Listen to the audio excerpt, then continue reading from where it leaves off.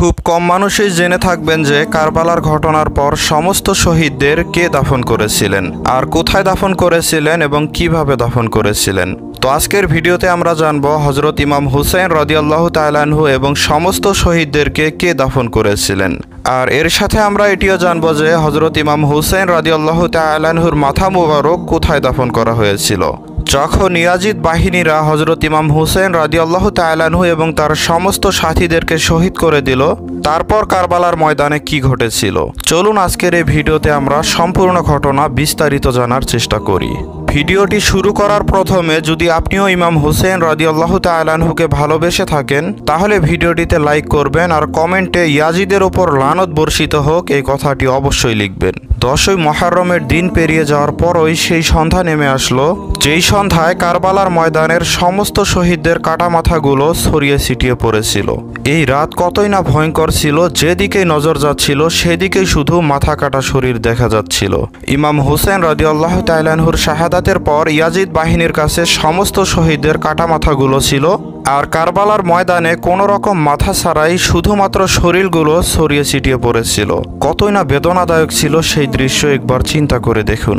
যেখানে রাসূলুল্লাহ সাল্লাল্লাহু আলাইহি সাল্লাম তিনি মুসলিমদেরকে মাইয়াদের দাফন কাফনের খুব সুন্দর পন্থা শিখিয়ে দিয়েছিলেন, আর সেখানে তারই নাতি ইমাম হুসাইন রাদিয়াল্লাহু তাআলা আনহু এবং তার বংশের অন্যান্য মানুষদের লাশগুলো কোনো রকম দাফন কাফন ছাড়াই রেখে দেওয়া হয়েছিল।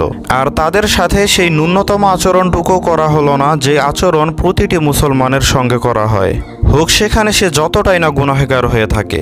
এই দৃশ্য এত ভয়ঙ্কর এবং বেদনাদায়ক ছিল যে যে কোনো মানুষের সহ্য করার ক্ষমতার বাইরে ছিল, কিন্তু নিস্তব্ধ কারবালা এই ঘটনা ঠিকই সহ্য করেছিলেন। আর ইমাম হুসাইনের স্ত্রী সন্তানরা কাফেলার শহীদদের লাশগুলোর কোনো রকম দাফন না দেখেই কুফার দিকে রওনা হলো। কিতাবে বর্ণিত আছে যে জাহির বিন আমিরের স্ত্রী নিজের গোলামকে কাফন দিয়ে পাঠিয়েছিলেন যাতে করে তার স্বামীর লাশ দাফন করে দেয়া হয়, কিন্তু যখন সেই কৃতদাস কারবালার ময়দানে উপস্থিত হলো তখন সেখানে ইমাম হুসাইন রাদিয়াল্লাহু তাআলা আনহুর লাশকে বিনা কাফনে পড়ে থাকতে দেখতে পেল।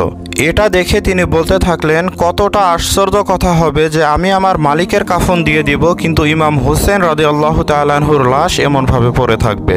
ইয়া আল্লাহ রাব্বুল আলামিন, আমি এমন কাজ কখনোই করব না। তো এরপর সেই গোলাম কাফনটি ইমাম হুসাইন রাদিয়াল্লাহু তাআলা আনহুকে পরিয়ে দিল, আর তারপর দ্বিতীয় কাফন নিয়ে এসে নিজের মালিককে পরিয়ে দিল।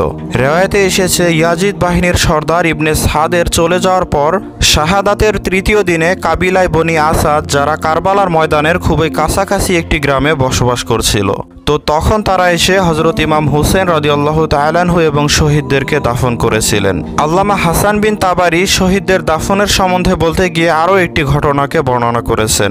মুসলমানেরা খাইবার যুদ্ধ জয়ের পর ইহুদিদের মধ্য থেকে দুজন ব্যক্তি এমন ছিল যারা পালিয়ে এসে ইরাকের কারবালার কাছাকাছি জায়গাতে বসতি গড়ে তুলেছিল।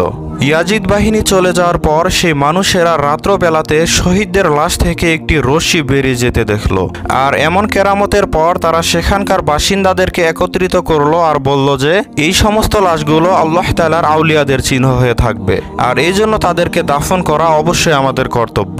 তারপর সেই মানুষগুলো কারবালার শহীদদেরকে দাফন করে দিয়েছিল। সেই সময় হযরত ইমাম হুসাইন রাদিয়াল্লাহু তাআলা আনহুকে একটি কবরে দাফন করা হয়েছিল, আর সেখানে আজও কারবালাতে তার মাজার মুবারক উপস্থিত রয়েছে। ইমাম হুসাইনের দাফনের পর তার ছেলে আলী আকবরকেও দাফন করে দেয়া হয়েছিল, আর তারপরে বাকি আহলে বায়তের আসহাবদের একটি গর্ত করে সবাইকে একসঙ্গে দাফন করে দেয়া হয়েছিল, যেটিকে আরবি ভাষায় গঞ্জায় শাহিদা বলা হয়ে থাকে। হযরত আব্বাস ফুরাত নদীর কিনারায় শহীদ হয়েছিলেন, এই জন্য তাকে সেখানেই দাফন করে দেয়া হয়েছিল, যেখানে এখনও তার রওজা মুবারক উপস্থিত রয়েছে। কিন্তু অন্যান্য শহীদদের কবর সম্বন্ধে বেশি কিছু জানা যায়নি। ধারণা করা হয় যে তারা ইমাম হুসাইনের আশেপাশেই দাফন হয়ে রয়েছে। এবার যদি বলি যে হযরত ইমাম হুসাইন রাদিয়াল্লাহু তাআলা আনহুর মাথা মুবারক কোথায় দাফন করা আছে, তো এ সম্বন্ধে বিভিন্ন ধরনের মত এসেছে, আবার অনেক রকমের রিওয়ায়াতও এসেছে। এর মধ্যে একটি রিওয়ায়াত এসেছে যে ইমাম হুসাইন রাদিয়াল্লাহু তাআলা আনহুর মাথা মুবারক দামেস্কে দাফন করা হয়েছিল। অন্য একটি বর্ণনায় ইমাম হুসাইন রাদিয়াল্লাহু তাআলা আনহুর মাথাকে কারবালাতে নিয়ে আসা হয়েছিল, আর তারপরে শরীরের সঙ্গে মাথা এক করে দাফন করা হয়েছিল। একটি অন্য রিওয়ায়াতে বলা হয়েছে ইমাম হুসাইন রাদিয়াল্লাহু তাআলা আনহুর মাথা মুবারককে মদিনা শরীফে নিয়ে আসা হয়েছিল, আর তারপরে ফাতিমা রাদিয়াল্লাহু তাআলা আনহার কবরের পাশেই দাফন করে দেয়া হয়েছিল। আরেকটি কথা, যখন ইমাম হুসেন রাদিয়াল্লাহু তাআলা আনহু এবং অন্যান্য শহীদদের মাথা ইয়াজিদের দরবারে নিয়ে যাওয়া হলো, তখন ইয়াজিদ হযরত ইমাম হুসেন রাদিয়াল্লাহু তাআলা আনহুর মাথা মুবারকের সঙ্গে কি করেছিল? যখন শহীদদের মাথা এবং কারবালার বন্দীরা দামেস্কে পৌঁছালো, তখন ইয়াজিদ দরবারে মিটিংয়ের আদেশ দিয়ে সমস্ত সর্দারদের দরবারে উপস্থিত থাকতে বলল। আর তারপরে যখন সকল বন্দীকে নিয়ে আসা হলো, তখন তাদেরকে একটি লাইনে দাঁড়াতে বলা হলো। তারপর প্রতিটি মাথাকে নিয়ে এসে খুব ভালো করে দেখতে থাকলো আর তাদের অবস্থাও জিজ্ঞেস করতে শুরু করলো। অবস্থা শোনার পর ইয়াজিদ অনেকটা সময় পর্যন্ত চুপচাপ নিজের মাথা নিচু করে থাকলো আর তারপর আদেশ করলো, ইমাম হুসাইনের মাথাকে একটি তাওয়াতে করে আমার সামনে হাজির করা হোক। যখন একটি তাওয়াতে মাথা মুবারককে রেখে নিয়ে আসা হলো, তখন ইয়াজিদ নিজের ছুরি দিয়ে ইমাম হুসাইনের ঠোঁট এবং দাঁত মুবারক স্পর্শ করে বলল, এটি হুসাইনের মাথা। এমন দৃশ্য দেখে সেখানে উপস্থিত থাকা একজন সাহাবী ইবনে জুনদুব রাদিয়াল্লাহু তাআলা আনহু, যিনি সেই সময় তাশরিফ নিয়ে গিয়েছিলেন, তো তিনি বললেন, হায় আফসোস, তুমি সেই স্থানকে ছুরি দ্বারা স্পর্শ করছো যে স্থানে আমি রাসূলুল্লাহ সাল্লাল্লাহু আলাইহি সাল্লামকে চুমু খেতে দেখেছিলাম। এটা শুনে ইয়াজিদ সেই সাহাবীকে দরবার থেকে বের করে দিল। ইয়াজিদ এরকম ফাসিক, জালিম এবং অসম্মানকারী ছিল, যার রাসূলুল্লাহ সাল্লাল্লাহু আলাইহি সাল্লামের সম্মানের দিকে সামান্য খেয়াল ছিল না। একটি রিওয়ায়াত থেকে পাওয়া যায়, ইয়াজিদ বলেছিল যে ইমাম হুসেনের মাথাকে নিয়ে যাও আর শহরে মিছিল বের করে দাও।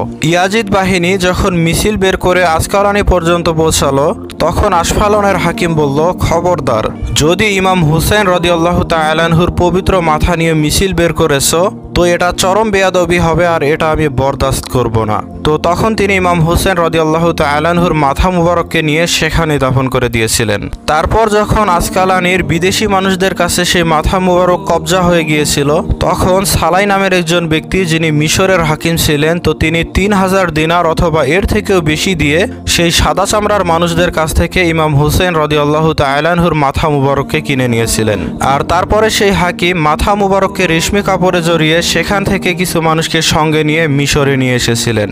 মানুষেরা বলে থাকেন, ওই সময়ও হযরত ইমাম হুসেন রাদিয়াল্লাহু তাআলা আনহুর মাথা মুবারক একেবারে তরতাজা ছিল। তারপর ইমাম হুসেন রাদিয়াল্লাহু তাআলা আনহুর মাথাকে মিশরের কায়রোতে দাফন করা হয়েছিল। আর যেই স্থানে মাথা মুবারককে দাফন করা হয়েছিল, সেই স্থানকে মাশহাদে হুসাইনি বলা হয়ে থাকে। সেদিন কারবালার ময়দানে 70 জন ছিল হকের পক্ষে আর অপরদিকে 70,000 জন ছিল বাতিলের পক্ষে।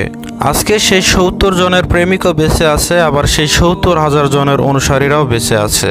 আল্লাহ রাব্বুল আলামিন যারা এখনো 70,000 জনকে অনুসরণ করে চলেছে, কাল কিয়ামতের দিন যেন তাদেরকে সেই 70,000 জনের সঙ্গে উঠাবেন। আর যারা এই হকপন্থী 70 জনকে অনুসরণ করে চলেছে, তাদেরকেও যেন কাল কিয়ামতের দিন এই 70 জনের সঙ্গে উঠাবেন। যদি আপনার মনেও ইচ্ছা এটি হয়ে থাকে, তাহলে কমেন্টে আমিন অবশ্যই লিখবেন। আমরা আশা রাখছি আজকের ভিডিওটি আপনাদের অবশ্যই ভালো লেগেছে। আর ভালো লাগার সবথেকে উত্তম পন্থা হলো যে আপনি আপনার নিকটাত্মীয় এবং বন্ধু বান্ধবদের কাছে অবশ্যই ভিডিওটি শেয়ার করে দিবেন।